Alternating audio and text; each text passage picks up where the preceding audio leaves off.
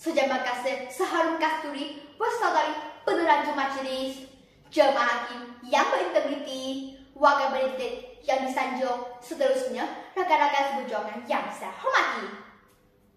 Salam sejahtera dan salam Malaysia Madani. Raja Pemerintah Tunggak Perbatuan, demikianlah kisah wacana saya pada pagi ini. Hadirin yang dihormati, sebelum saya mengupas secara lebih terperinci tentang tajuk saya, marilah kita fokuskan lesah perbincangan pada sejarah Raja Pemerintah. Malaysia terdiri daripada 13 buah negeri dengan 9 daripadanya mempunyai raja bertalan.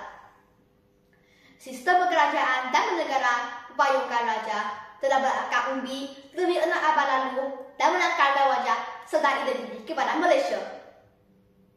Ketika orang Melayu masih belum memiliki institusi politik yang tersusun, raja-raja Melayu berperanan sebagai juru bicara, menzahirkan suara, membela nasib, dan kepentingan bangsa.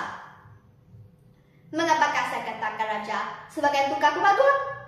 Hal tersebut adalah karena dalam diri raja terkandung lambang penyatuan semua kaum.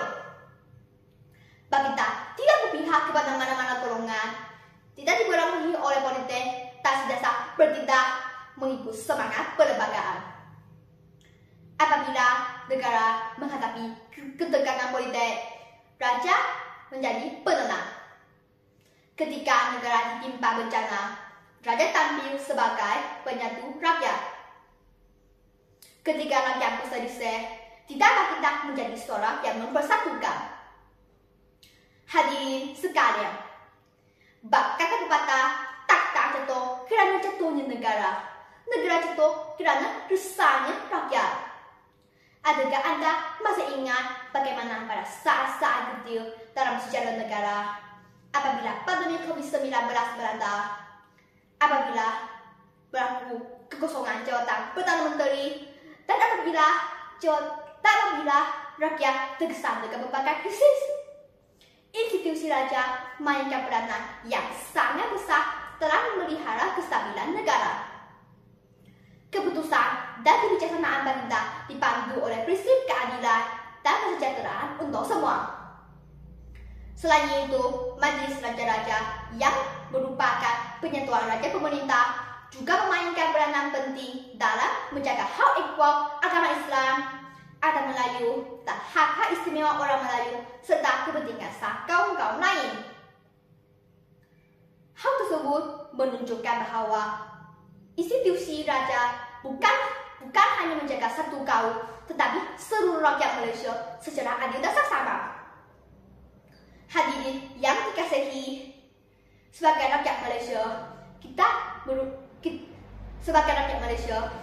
sentiasa menjunjung tinggi prinsip kesetiaan kepada raja dan negara seperti yang termaktub dalam buku negara. Kesetiaan tersebut bukan hanya dalam bentuk ucapan semata-mata, tetapi harus diterjemahkan dalam bentuk perbuatan dengan menghormati undang-undang, memelihara keharmonian antara kaum, dan menghargai keberbagian yang kita miliki. Tetapi sedihnya, menurut Yusof dan Hasan 2020 dalam isu antara hak dan kebebasan asasi mengatakan bahawa pada era globalisasi ini, isu penghinaan raja-raja semakin berleluasa dengan adanya media sosial. Perpaduan bukan sesuatu yang akan datang secara semula jadi, tetapi perlu dipupuk, dibina, dan dijaga. Dalam usaha kita membina negara yang aman dan makmur, raja memainkan peranan sebagai pemimpin moral, sebagai penyatu rakyat, dan sebagai simbol harapan masa depan negara yang lebih baik. Oleh itu, marilah kita bersama-sama mengukuh institusi raja, mempertahankan perpaduan dan membina negara yang lebih bersatu padu, lebih sejahtera, dan lebih dihormati pada mata dunia. Sekian, terima kasih.